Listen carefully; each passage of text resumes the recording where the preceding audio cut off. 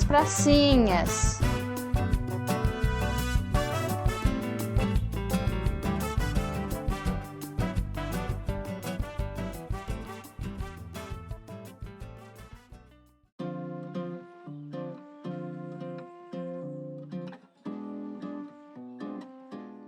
Oi, pessoal! Estamos com um novo episódio de Pracinhas. Aqui quem fala é Mauro. Eu e a Isabela iremos conduzir a conversa de hoje. E fala, Isabela!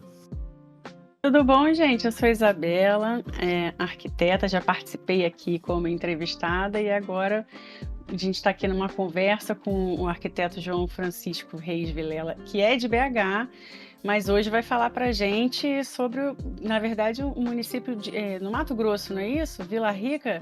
Conta para a gente, então, João Francisco, sobre você, lógico, se apresenta para os ouvintes e fala para a gente aí. Conta para a gente essa história. Tudo bem, gente? Olá, obrigado pelo convite. Eu sou o João Francisco, Kiko, para os mais próximos. Sou arquiteto, sou colega do Mauro, inclusive, no município de Belo Horizonte, já há algum tempo, né, Mauro? E estou aqui, foi um prazer participar dessa conversa, trazer um pouco das referências das pracinhas que vocês tanto falam sobre, né? E que tanto povoam a nossa mente de arquiteto e mexem com a nossa criatividade, né?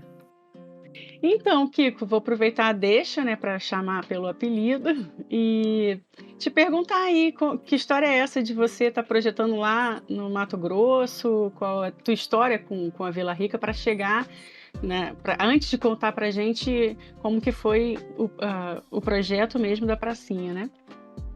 Sim. Essa encomenda foi interessante a história dela, porque essa cidade, ela é uma cidade construída dentro de uma proposta, eu acho que dos projetos de reforma agrária do governo, sabe? E isso que conectou Belo Horizonte com esse município, porque um dos concessionários, não sei se é assim que diz, da região, era residente aqui de Belo Horizonte, é uma família daqui, que era um plano do INCRA que envolvia alguns colonos maiores e outros diversos colonos menores, para formar um município e povoar aquela região. É uma região que está na divisa do Mato Grosso com o Pará, próximo a Tocantins também. E quem fez o projeto do traçado dessa cidade foi um professor antigo que eu até não conheci, mas meu pai foi aluno dele, meu pai também é arquiteto, foi aluno dele, chamado Cuno Roberto Lucci. É um grande professor aqui da Escola de Arquitetura, tem alguns projetos ainda remanescentes da obra dele aqui em Belo Horizonte, e o traçado de Vila Rica foi desenhado por ele, sabe? E então essa família que possui fazenda lá tem uma ligação forte com a cidade e firmou através da fazenda. Eu tenho a impressão que foi por uma regularização de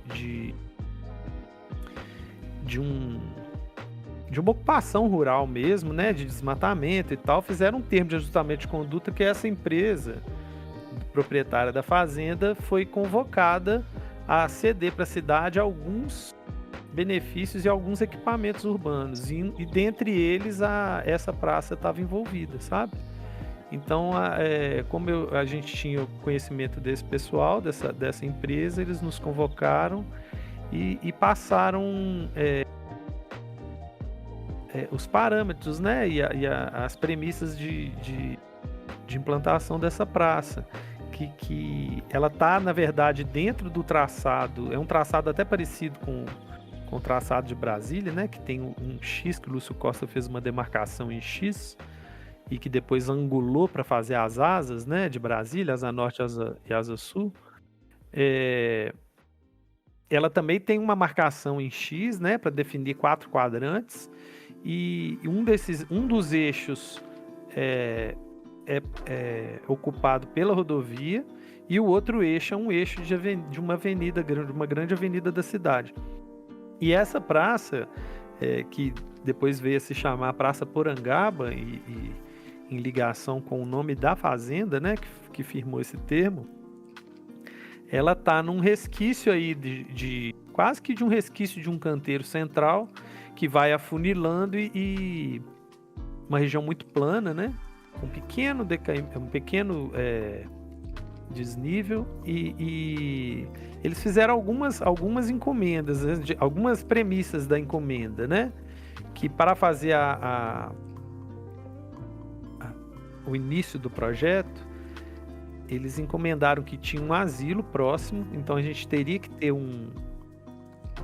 uma previsão para ter um espaço de conforto para esses moradores do asilo, né? E inclusive uma instalação de um pequeno equipamento similar à Academia da Cidade, que nós temos aqui em Belo Horizonte. E é uma região que era uma espécie de um resquício mesmo do sistema viário, que virou uma praça. De uma ponta, ela é definida por um imóvel que é hoje a sede da Secretaria de Educação, e ela finda numa rotatória. Então, eles fizeram algumas definições. Uma área destinada para esse asilo, a outra que seria a implantação de um quiosque, como se fosse um pequeno comérciozinho, né, atrelado na praça. Existia um galpão já consolidado, até bem feiozinho, já implantado no lugar, e pediram também uma pista de Cooper e talvez espaço para crianças brincarem. Então a gente trabalhou a ideia assumindo ali a existência desse pequeno galpãozinho e definindo a partir dele alguns direcionamentos, né, de eixo de visada, a implantação também da pista de Cooper ao redor dessa pequena pracinha, né, que dá para fazer uma caminhada, principalmente para os idosos. Eu acho que é uma distância considerável e boa para eles, para fazer uma caminhada diária.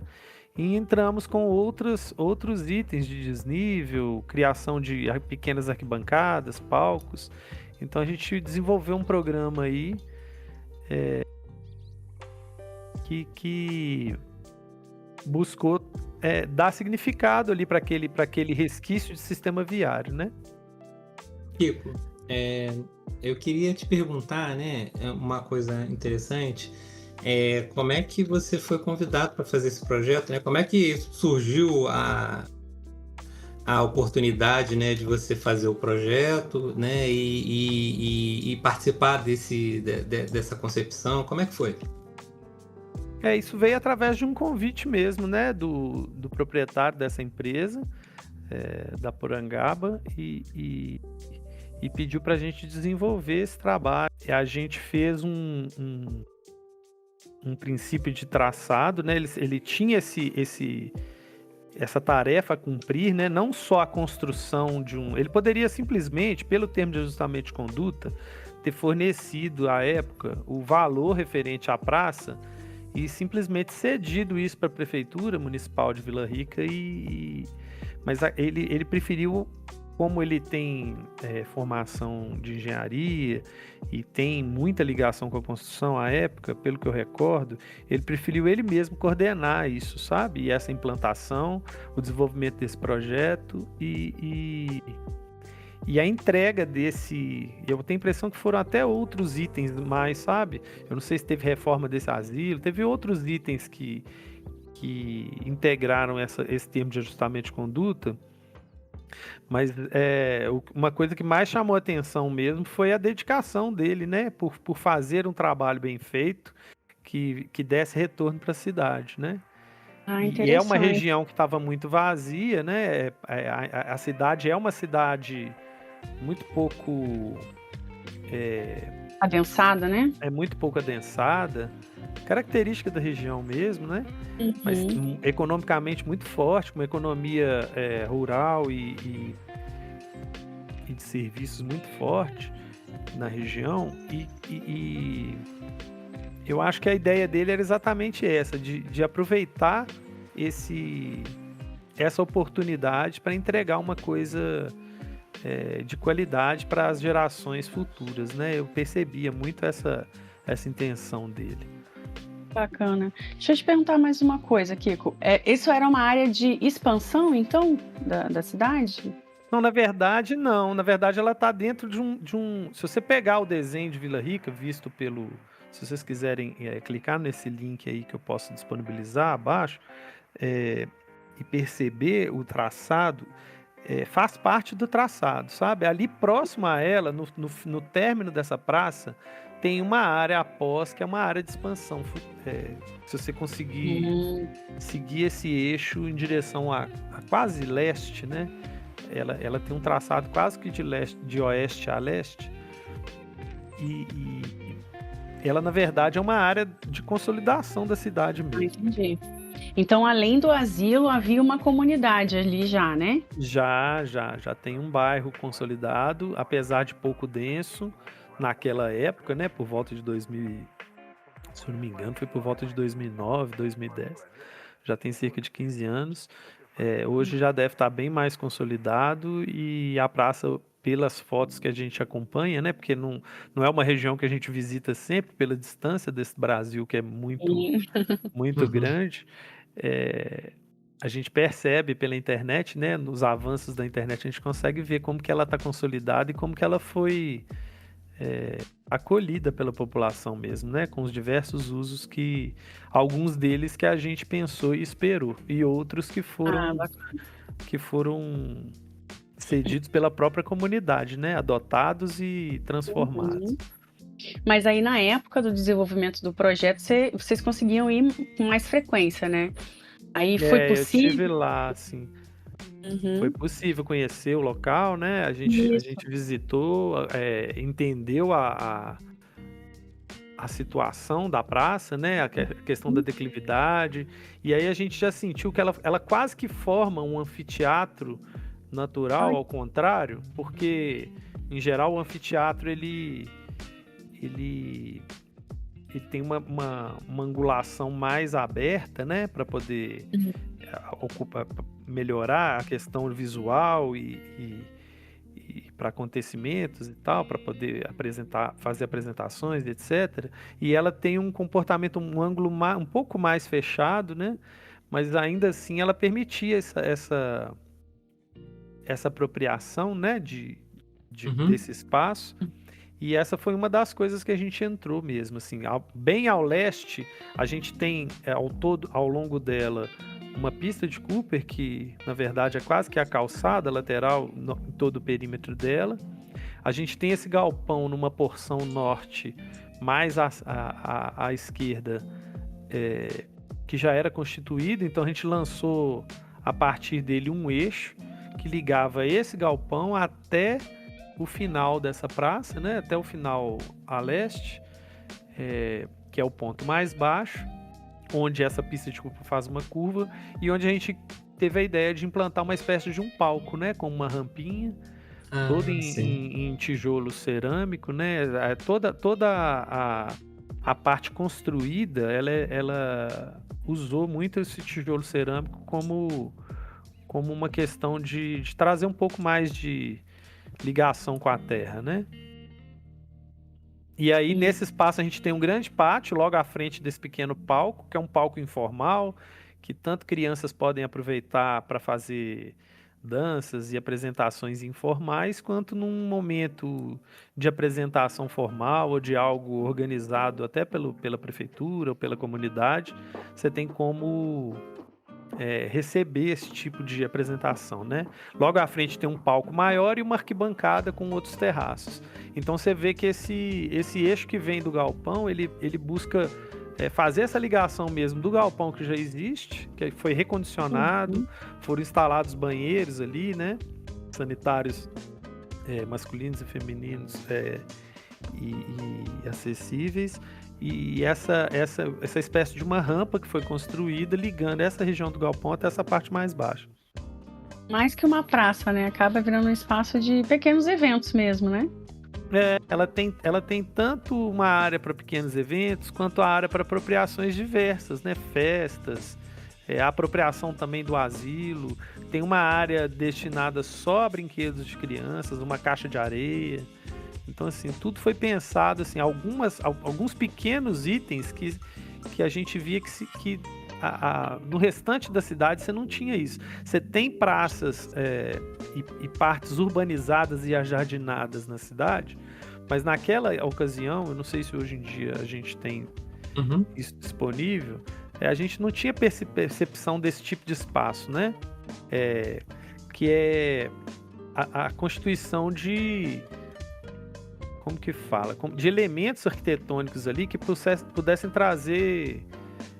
convidar, né, o usuário A população, né? e estimular a adotar usos diferentes diferentes do simplesmente caminhar, sentar, né? Então, assim, provocar mesmo e convidar o usuário a ter uma certa criatividade no uso do espaço. E isso vem muito de uma referência muito forte que eu tenho da praça onde eu cresci, que é a praça lá da cidade, no sul de Minas, em Carmo da Cachoeira.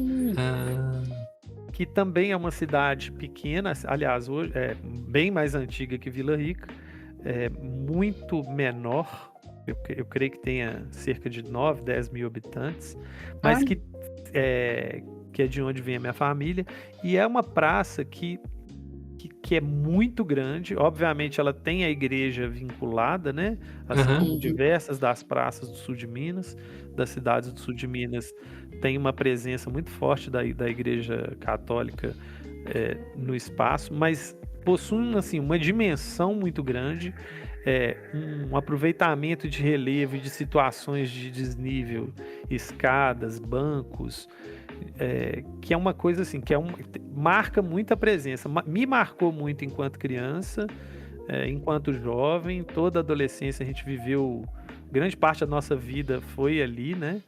Então, assim, é um dos lugares que nos trazem muitas referências, né? Para replicar, né, o tratamento e o desenho de espaços similares a este. Ô, Kiko, você falando isso, né, me veio uma coisa que quando eu cheguei em Belo Horizonte, né, cheguei nas Minas Gerais, né, essa coisa do território, né, do desafio do território acidentado, né, é uma coisa que você percebe logo quando você circula pelas cidades mineiras, né, isso é uma coisa muito presente.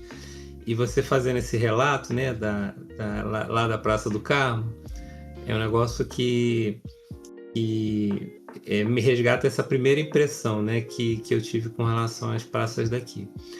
Mas uma coisa que eu tive dúvida também, né, e acho que vale a pena a gente só tentar explorar um pouco mais isso, se teve algum ator político, alguma coisa que ajudou nesse processo da construção da praça ou de financiamento.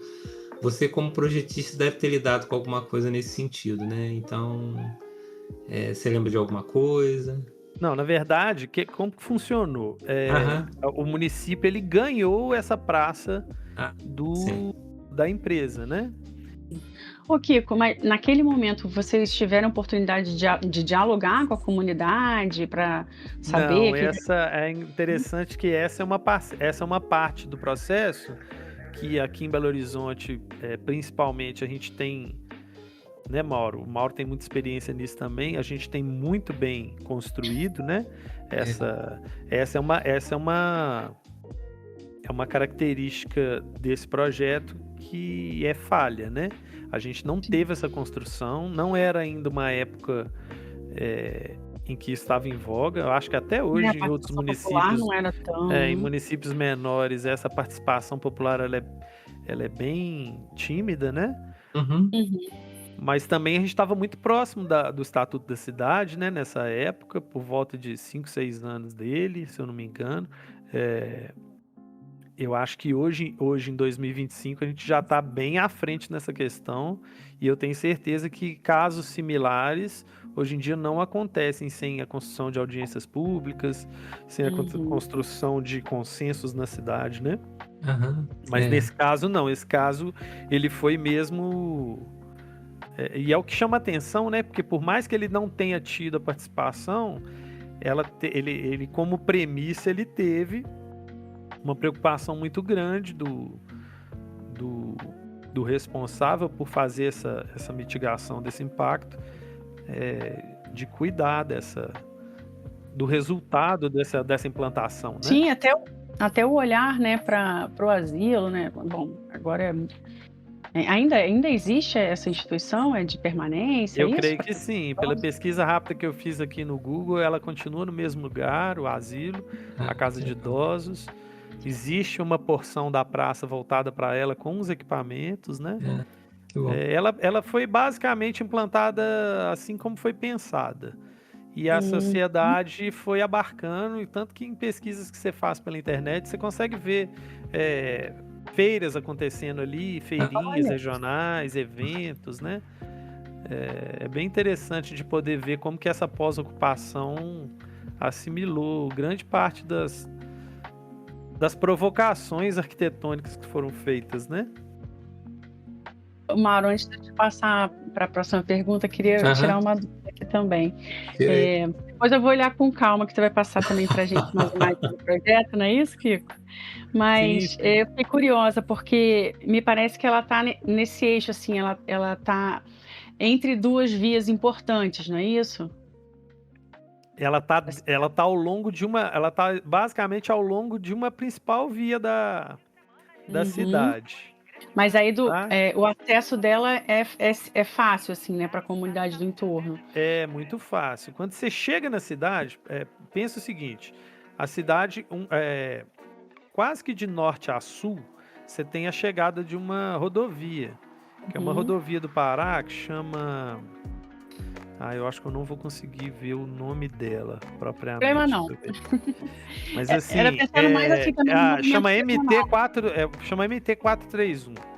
Sim, tá pra Aí ver ela aqui. cruza com um eixo quase que na leste-oeste, que chama Avenida Brasil. Essa Avenida Brasil, ela logo após cruzar a estrada nesse eixo, quase que um plano cartesiano, ela na continuidade desse, vamos chamar de eixo X, você tem uma primeira rotatória, depois você tem uma grande praça longa, que até estava demarcada no Google como Praça da Bíblia.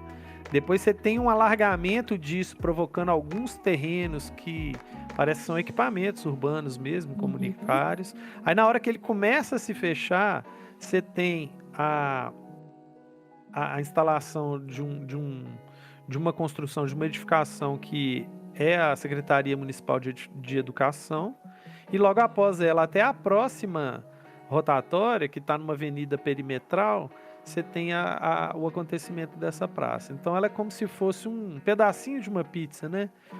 Até chegar nessa próxima pracinha. Então ela está conformada pelas duas vias, pelo binário de vias, né? De mão e contramão dessa Avenida Brasil. Mas não são assim de alta velocidade, o acesso Não. São avenidas meio que arteriais ou coletoras, né? Ô, Kiko, adorei os tijolinhos. Né? O tijolinho, ele tem muito presente lá esse tijolinho, ele tem muito presente lá em Carmo da Cachoeira. Só que lá ele é somado com uma pedra São Tomé, porque lá no sul de Minas a gente está muito perto da cidade de São Tomé das Letras, que tem pedreiras daquele quartzito São Tomé, né? E esse quartzito São Tomé, ele meio que é usado em todas as praças de todas as pequenas cidades ali daquela região. Então isso acaba formando uma identidade mesmo de espaço público, né? Da adoção dele, mas sempre teve também o tijolinho junto. E aqui, como não tem o quartzito São Tomé, foi só o tijolo mesmo. Ô, Isabela, você queria falar alguma coisa? Eu queria só falar que essa questão do acesso, que eu estava pensando é que, pelo que ele fala, quando ele descreve, né, que ela está ali entre as vias, a gente fica pensando muito em rotatória, em passagem, mas não. na descrição dele de como foi pensado o equipamento, de como as pessoas se apropriaram, é isso, é um lugar de permanência. As pessoas vão para usar o equipamento, né? Não é um local de passagem. Ela acabou ficando uma sobra bem grande, né? É como se fosse.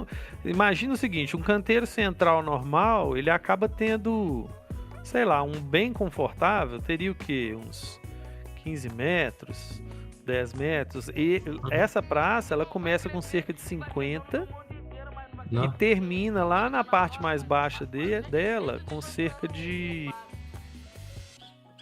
20. Então você tem quase que um triângulo não, um trapézio, né? Aham. E que de um lado você tem 50 metros e do outro você tem 20. E isso desenvolvido num comprimento, sei lá, de 100 e tantos metros, 120 metros, talvez, 110 por aí. Uhum. Então você tem sim um espaço bem confortável de apropriação, né? E de uso pela população.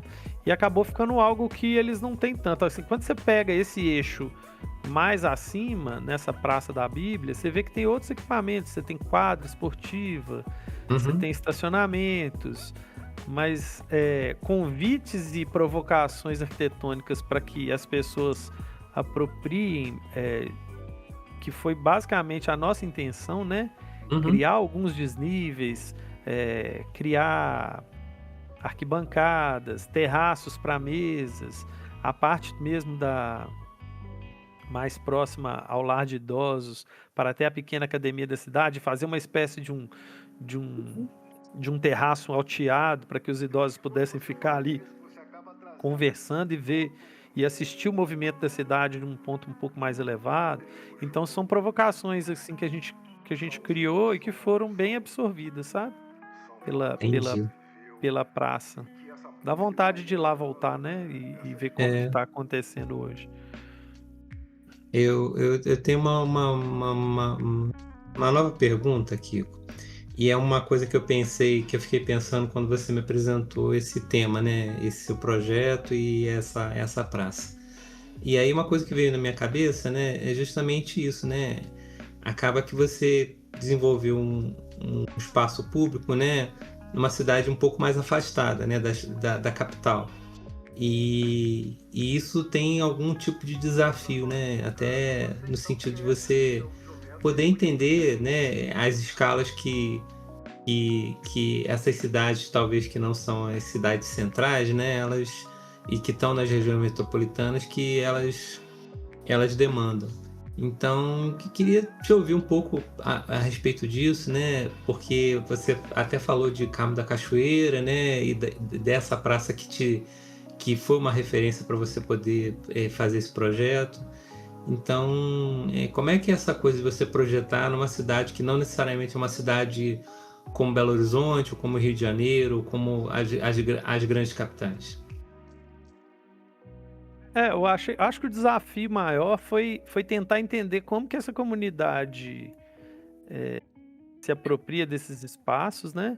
É uma região muito quente, o clima é totalmente diferente, né?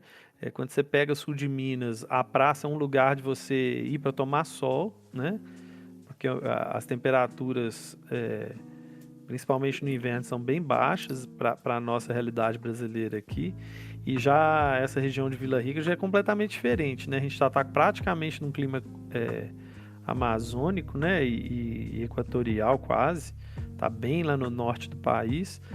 São temperaturas muito elevadas, um período chuvoso muito demarcado, né?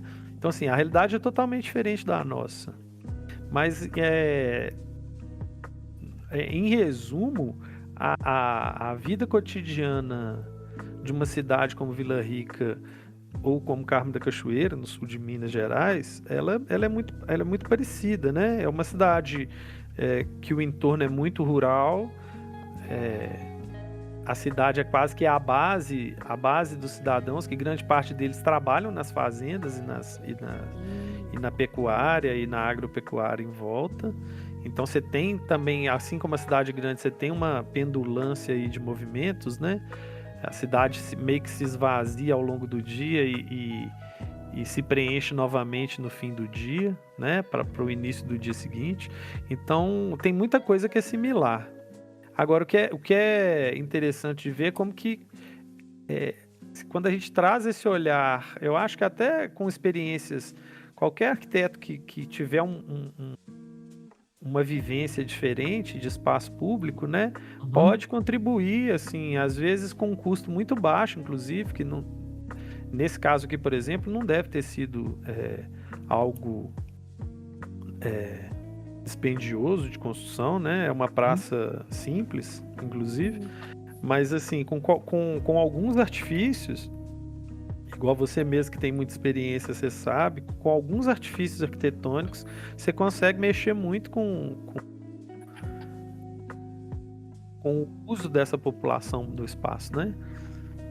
Provocando mesmo, e criando situações, criando diferenças de ângulos. É uma cidade muito plana, então todo mundo se enxerga muito no nível do chão, né?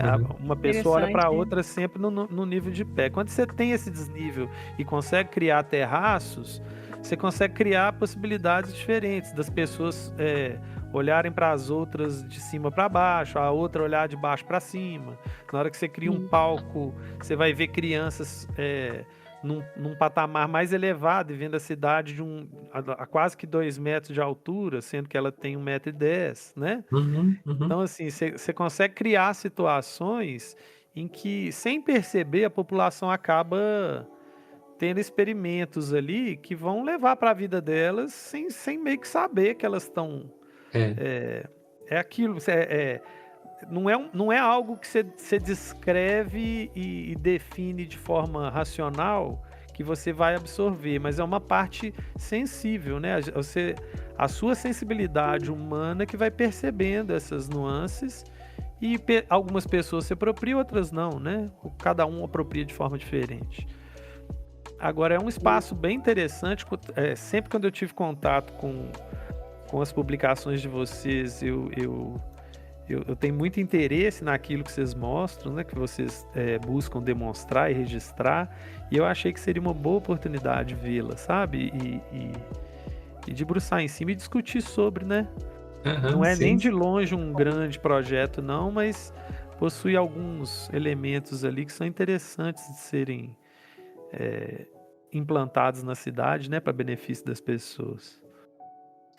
Nossa, Kiko, você falando, eu fui lá na minha infância também, na Praça Central de Piraí, uma cidade também no interior do Rio, que tem 3 níveis diferentes, assim, e como que a gente brincou, né, com essa variação de níveis, assim, né, faz toda a diferença mesmo.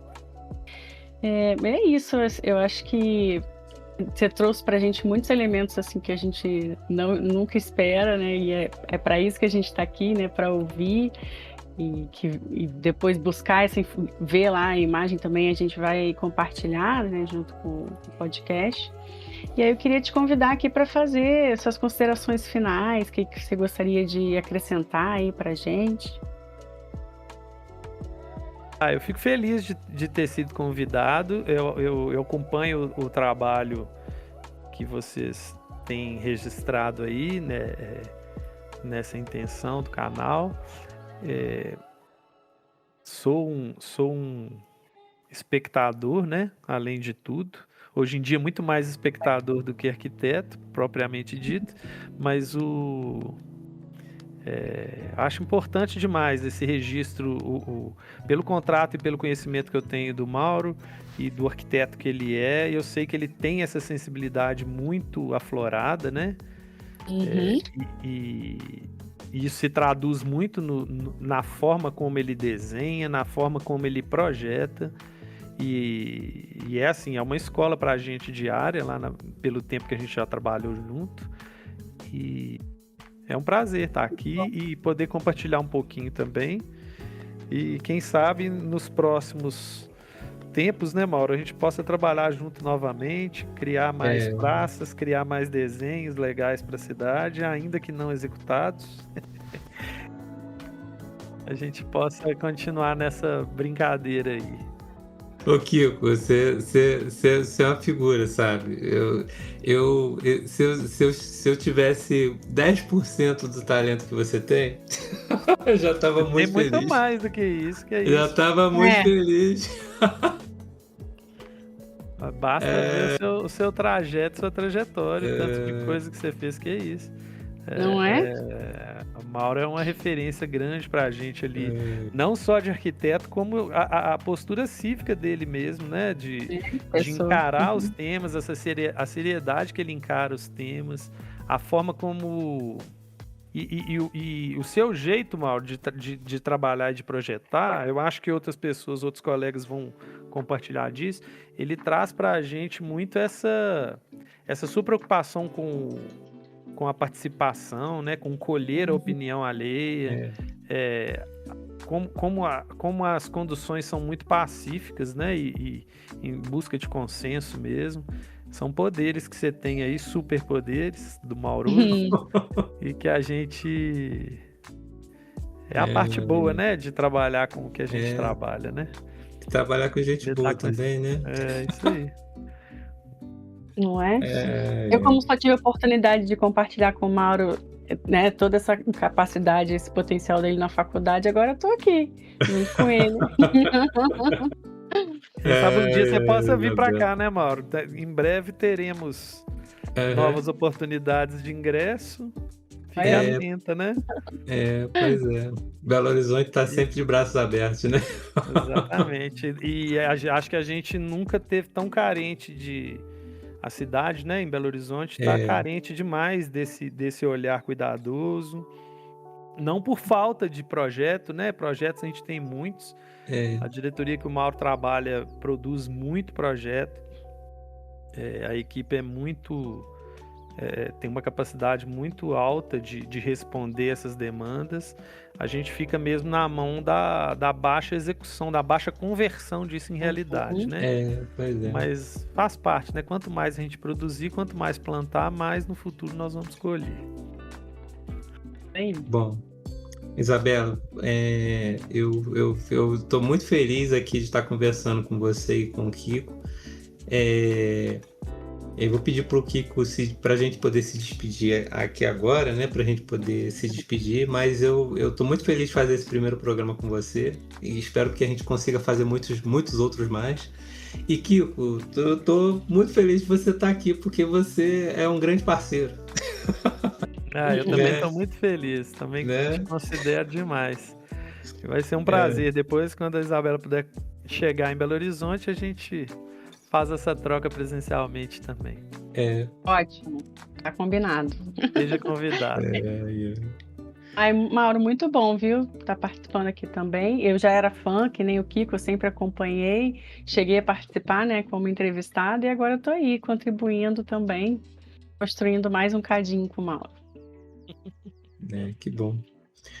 Bom, pessoal, eu vou ficando por aqui, tá certo? Um abraço para vocês.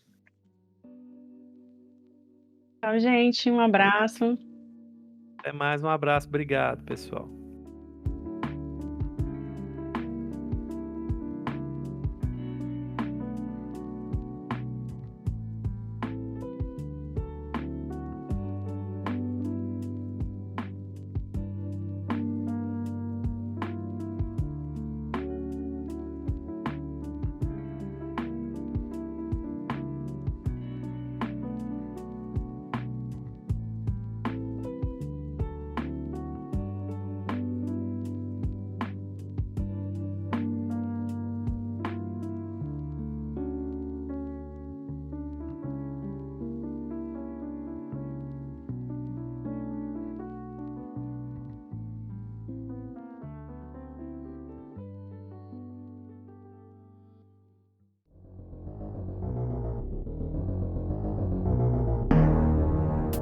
Editado por Mauro César e revisão de áudio por Marcos Oliveira.